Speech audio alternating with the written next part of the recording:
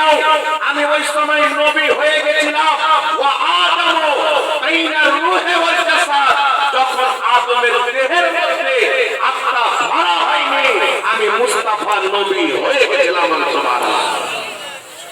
তাহলে নবী কোনদিন পথভ্রষ্ট থাকে? জোরে বলে, নবী কোনদিন পথভ্রষ্ট থাকে? নবীকে পথভ্রষ্ট লিখনেওয়ালা মৌলবি হেদায়েতে থাকবে? জোরে বলে। এখন তো মার্কেটে কিছু আগাছা মাতাল মৌলবি বেরিয়েছে, এরা বলতে চাই নবী 40 বছর পূর্বে নবী ছিল, 40 বছর পূর্বে নবী ছিল না, 40 বছর পর নবী।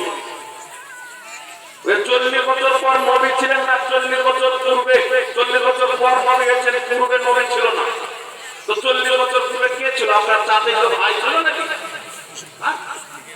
আরে আদমকে যখন নবুয়ত দেওয়া হয়নি, ইব্রাহিমকে নবুয়ত দেওয়া হয়নি, মুসা ও ঈসাকে নবুয়ত দেওয়া হয়নি, আমার আপনার নবীকে আল্লাহ নবুয়ত দিয়ে নবী বানিয়ে দিয়েছিলেন। জোরে বলেন সুবহানাল্লাহ।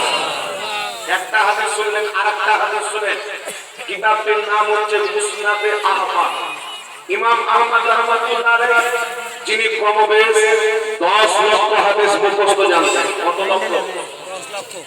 10 লাখ হাদিসের হাফেজ ইমাম আহমদ রাহমাতুল্লাহ আলাইহির কিতাব মুসনাদে আহমদের মধ্যে হাদিসটি উল্লেখ করেছেন। হাদিসের সনদ সহিহ।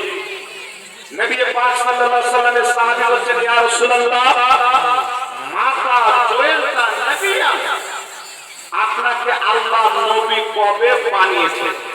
সুবহানাল্লাহ। মাতা জয়েলতা নবিয়া, ইয়া রাসূলুল্লাহ, আল্লাহ আপনাকে নবী কবে বানিয়েছেন? আমার আপনার নবী বলেছেন, ওয়া আদমু বাইনা রূহি ওয়াল জাসাদ, আদমের দেহের মধ্যে আত্মা যখন ভরা হয়নি, আল্লাহ আমাকে নবী বানিয়ে দিয়েছেন। সুবহানাল্লাহ। এটা হচ্ছে আল্লাহর নবী। ইনি হচ্ছেন মুসলমানদের নবী, যিনি আদমের সৃষ্টির পূর্বে নবী। ইব্রাহিমকে যখন আগুনে ফেলা হয় নমরুদে, তখনও তিনি নবী। নূহ আলাইহিস সালামের উম্মতের প্রতি, নাফরমান উম্মতের প্রতি যখন বন্যার আযাব আসে, তখনও আমার নবী নবী ছিলেন।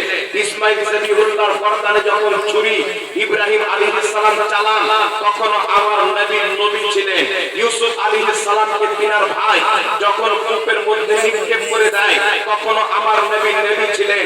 এক কথা বলতে চাই, জমিন তৈরি হয়নি, আসমান তৈরি হয়নি, কুল জাহান যখন তৈরি করা হয়নি, রব্বুল আলামিন মুস্তাফাকে তৈরি করে নবুয়ত দিয়ে আল্লাহ নবী বানিয়ে দিয়েছেন। সুবহানাল্লাহ। এখন আপনার